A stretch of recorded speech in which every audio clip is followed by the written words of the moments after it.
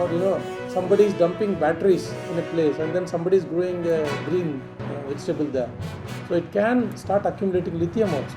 Then you saw, like the contaminants I said, and then the toxins. It can be from naturally occurring, your fungal toxins.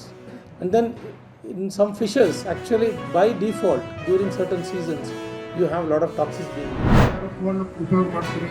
ಆ ಫೋನ್ನಲ್ಲಿ ನೀವು ನಮ್ಮ ವೆಬ್ಸೈಟಿಗೆ ಹೋಗಿ ಅಲ್ಲಿ ನಿಮಗೆ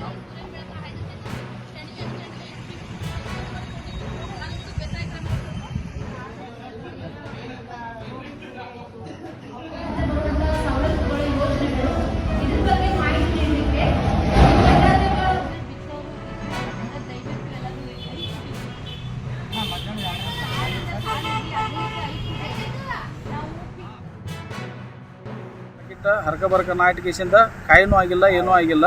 ಈ ವರ್ಷ ಕೃಷಿ ವಿಜ್ಞಾನಿಗಳು ಬಂದ ಕೇಸಿಂದ ನೀವು ಯಾವ ಟೈಮ್ದಾಗ ಯಾಕೆ ಬಿತ್ತನೆ ಮಾಡಬೇಕು, ಯಾವ ಟೈಮ್ದಾಗ ಔಷಧ ಹೊಡಿಬೇಕು ಅನ್ನೋದು ಎಲ್ಲ ನಮಗೆ ಮಾಹಿತಿ ಕೊಟ್ಟರು. ಈ ವರ್ಷ ಹೊಸ ತಳಿ ಬೀಜನೂ ತಂದಿದ್ರು. ಹೊಸ ತಳಿ ಬೀಜನೂ ಒಂದು ಕಡೆ ಕಳಿಸಿದರು. ನಾವು 3 ಗ್ರಾಮಗಳು ಒಂದು ಟೀಮಿಂದ, ಸೊ 1 KVKಯಿಂದ 2 ಟೀಮ್ ಅಂತ ಅಂದರೆ 6 ಹಳ್ಳಿಗಳನ್ನು ಕವರ್ ಮಾಡ್ತೀವಿ. ಸಂಪೂರ್ಣವಾಗಿ ಆದಷ್ಟು ನಾವು ಸಂಪೂರ್ಣವಾಗಿ ಅವರಿಗೆ ಮಾಹಿತಿ ಕೊಡ್ತಾ ಇದ್ದೀವಿ. ಆಮೇಲೆ ಅವ್ರಿಗೆ ಇನ್ನೂ ಏನಾದ್ರು ಸಲಹೆಗಳು ಬೇಕಿದ್ರೆ ಅಥವಾ ಟ್ರೈನಿಂಗ್ಸ್ ಬೇಕಿದ್ರೆ ನಮ್ಮ ಫೋನ್ ನಂಬರ್ಸ್ ಕೂಡ ನಾವು ಅವರಿಗೆ ಕೊಡ್ತಾ ಇದ್ದೀವಿ. ಅವರಿಗೆ ನೆಕ್ಸ್ಟ್ ಈಗ ಜೂನಿಂದ ಅವರಿಗೆ ಟ್ರೈನಿಂಗ್ಸ್ ಕೂಡ ನಾವು ಕೊಡಬೇಕು ಅಂತ ಅನ್ಕೊಂಡಿದ್ದೀವಿ. 6 ಫೂಟ್ ಸಾಲು ಹಾಕಬೇಕು. 6 ಫೂಟ್ ಸಾಲು ಹಾಕಿ ಬಿತ್ತನೆ ಮಾಡಿದ 45 ದಿವಸಕ್ಕೆ ನೀವು ಕುಡಿ ಚೂಟ್ಬೇಕು. ಅದಕ್ಕೆ ನಾವು ನಿಪ್ಪಿಂಗ್ ಅಂತೇವು. ಆ ಕುಡಿ ಚೂಟ್ನಾಗ ನಮ್ಮಲ್ಲಿ ಆಗಲೇ ಒಂದು ಮಷೀನ್ ಕೊಟ್ಟಿದ್ದು, ಮಷೀನು ಐತೆ ನಮ್ಮಲ್ಲಿ.